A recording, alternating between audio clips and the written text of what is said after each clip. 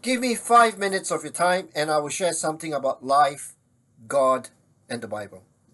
This coming Sunday is Second Advent Sunday. We will be reading Mark chapter 1.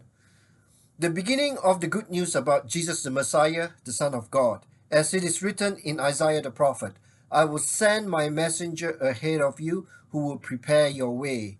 A voice of one calling in the wilderness, prepare the way for the Lord, make straight paths for him.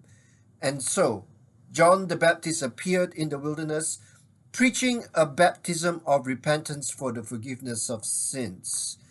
Mark 1 verses 1 to 4. Mark introduces us to John the Baptist. Mark tells us that John the Baptist is the fulfillment of the prophecy of Isaiah 40 verses 2 to 3. John the Baptist is the messenger in the desert sent ahead to prepare the way for the Lord. John is the voice of one calling in the wilderness. This year, as we face Christmas, we are reminded that there are people in Canada who do not have many resources. Whatever resources they have, they need to put food on the table and to pay their rent. Things cost a little more this year. There is high inflation. On top of that, as we look at the world as it currently is right now, we see two armed conflicts, one in the Ukraine and the other in the Middle East. In some ways, the picture of John the Baptist in the desert is a much more appropriate picture for us this Christmas than the picture of Christmas gifts under the green Christmas tree. John the Baptist is in the wilderness. In our lives, we know that there are people in the wilderness right now.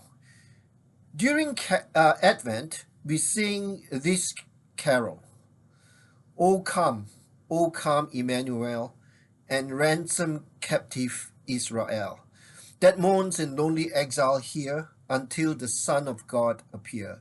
It is not only John the Baptist who is in the wilderness, it is also Israel and Jerusalem who are in the wilderness under Roman captivity. Israel was in exile in Babylon about 600 years earlier. Somehow, under the Romans, it feels like they are still in exile. Cindy is a Christian. She has a friend who is concerned for her child. She prays for her friend and her child. It is just before Christmas. The words of this carol speak to her.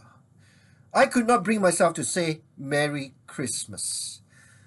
I knew my friend's Christmas would be overshadowed by concern for her child. As we sang O come, Emmanuel, about Israel's mourning in exile and crying out to the Lord for deliverance, I was reminded of my friend and her child. Each was held captive in lonely exile from the joy of the Christmas season. I also thought that while the church marches through Advent in a month, our personal journeys through Advent may take much longer. When we have a difficult child, a dying spouse, a bout of depression, a crushing disease, a failing marriage, a loss of income, or another seismic shift in our lives, we, like Israel, mourn in lonely exile, crying out for the Son of God to appear in our lives. Looking back over unhappy times in my own life, I wondered, is crying out for the Lord a cry of despair or a cry of hope? Instinctively, I have known that I could not give up hope.